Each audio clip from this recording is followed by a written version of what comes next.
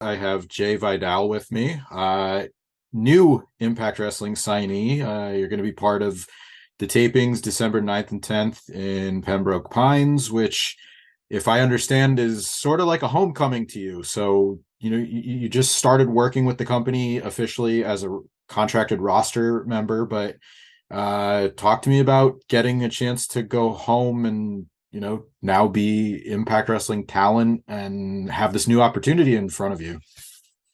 I love it. To me, it's like it's come full circle. This is my stomping ground. South Florida is where I first started my professional wrestling journey, getting trained down here by Gangrel. This is where I learned how to hit the ropes, how to bump, how to put on a show. And the fact that I'm going from 2016, wrestling my very first match at the Opalaka Flea Market, um, to wrestling or being now a part of the show of Impact Wrestling. It's come full circle. I love it. I'm super grateful to be here. Now, I'm familiar with some of your work, CCW, which they do the Bash at the Brew shows, and then I've seen some uh, FSW, which is Vegas.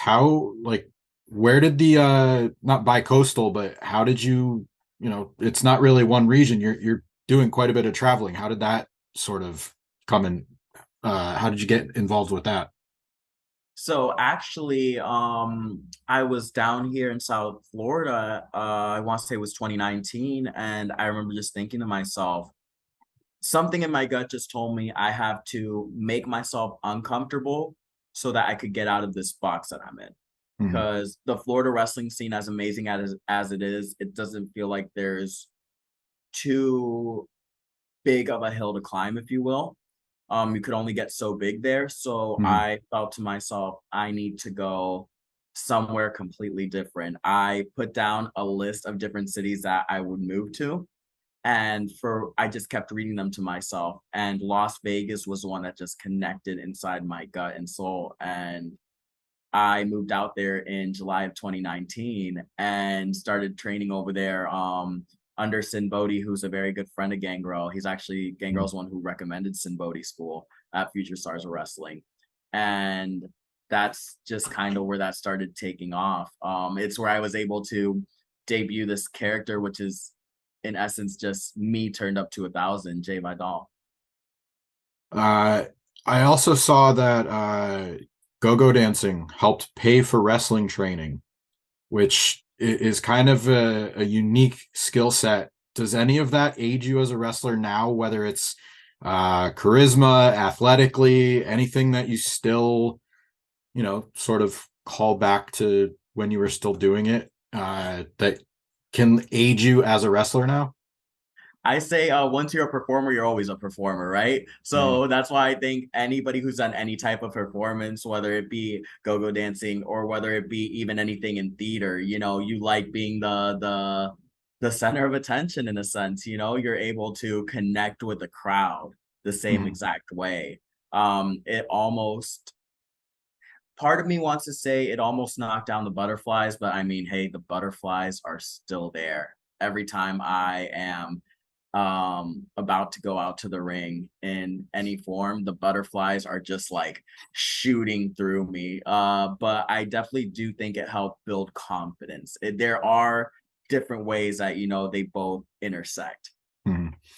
Uh, you've been featured on Impact Wrestling TV more recently as the executive creative. I'm gonna screw this up, and I wrote it down.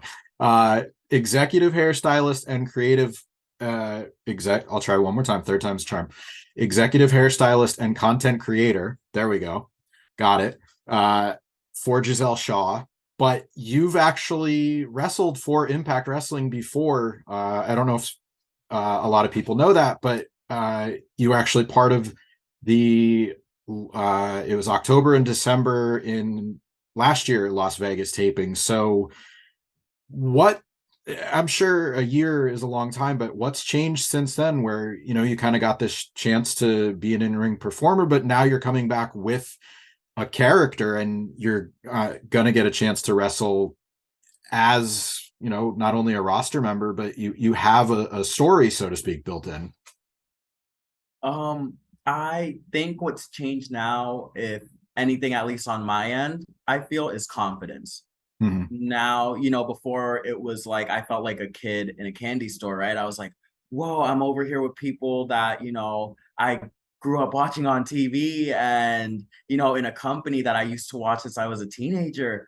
But now it's, a year later, it's like I'm here, but I feel like I belong here. Like Mhm. these are not just people that, yes, I looked up to when I was younger and watched on TV and such, but now they're my equals in a sense.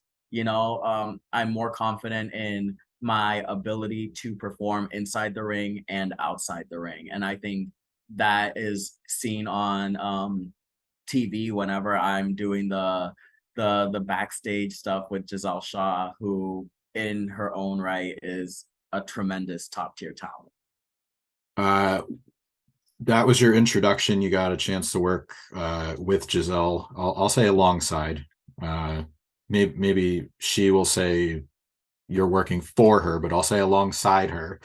Uh, but I think it was the second one, but the vignette where you were like, oh, we're gonna do this highlight package. All that's missing is the title reign, where you're holding up the title, and then you press the button and the transition, and then like the voiceovers, and like I just I always say that Impact Wrestling does comedy really well, and I thought that was just like so subtle and so well done. Like, what was it like being a part of that? Like, how much were you involved in setting it up? Like, walk us through that, because I thought that was just really, really well done.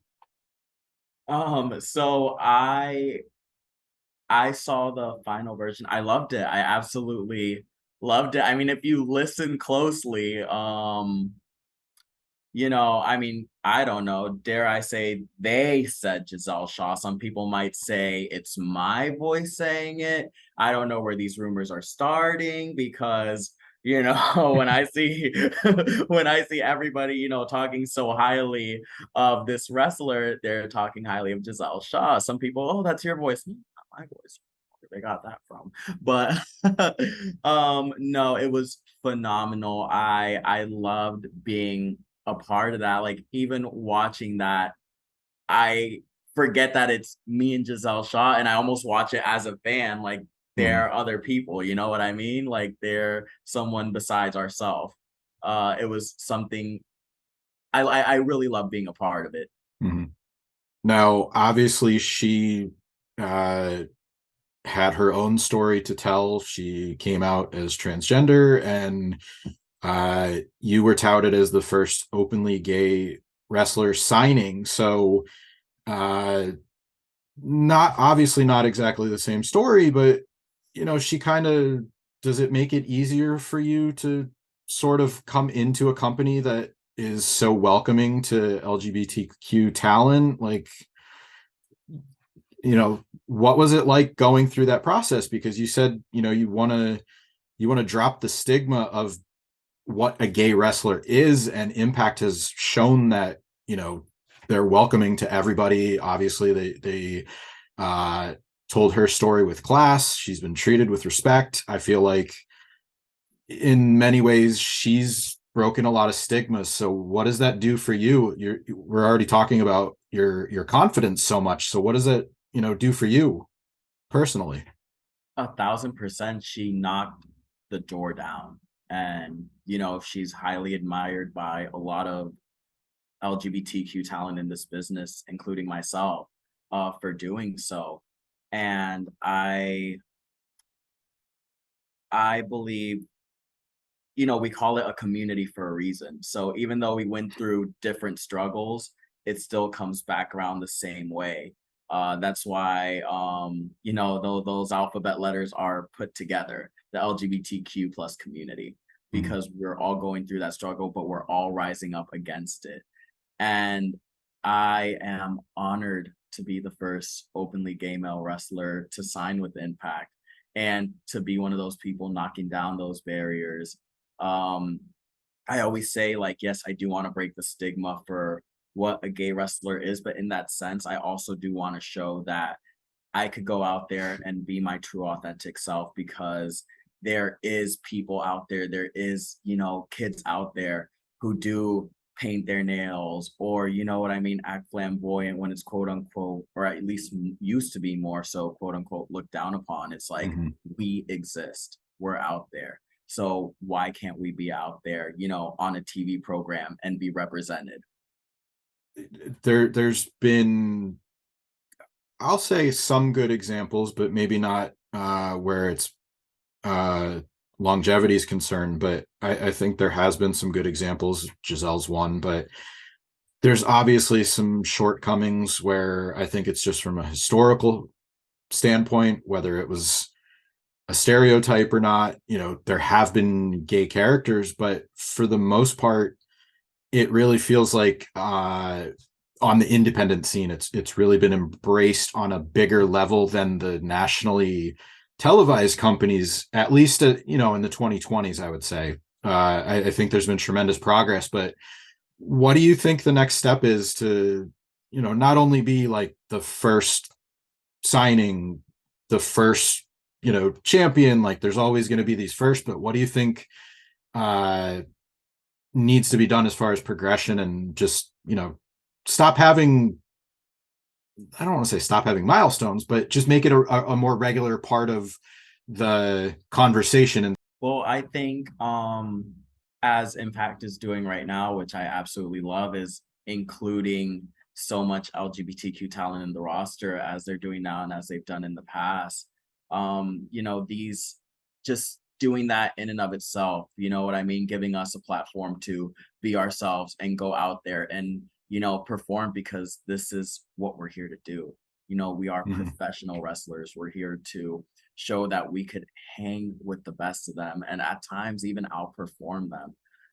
I would see it a lot I was part of that, you know, even if it was on a smaller scale, of that thing in the indies, being part of, for example, Effie's Big Gay Brunches, where you see a multitude of LGBTQ talent and they're all different. Mhm. And I think that that's where the conversation is, that all of these people bring something different to the table. It's not your token gay wrestler.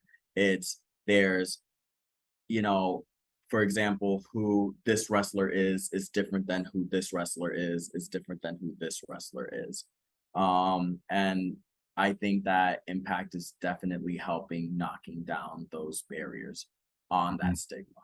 Yeah, Effie's one of the people I had in mind because I watched the Big Gay Brunch. It's part of the collective, but obviously it's a good platform for talent to showcase who they are, instead of it being, oh, we have, here's this person, here's what, here's who they are.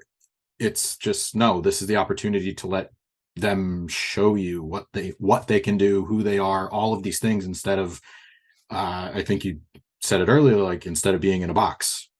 Yes. So uh I don't know if he'd be interested, but I think, Effie on a bigger platform would be a really cool thing to see.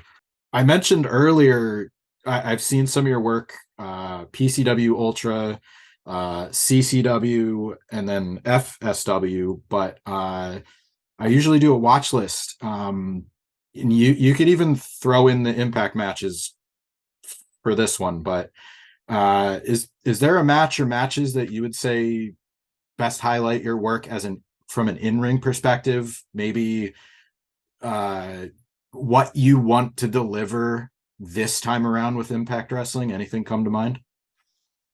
Definitely. There was a feud that I had out in the West Coast with a tremendous up and coming talent who I believe any company should take a look at, named Matt Vandegrift.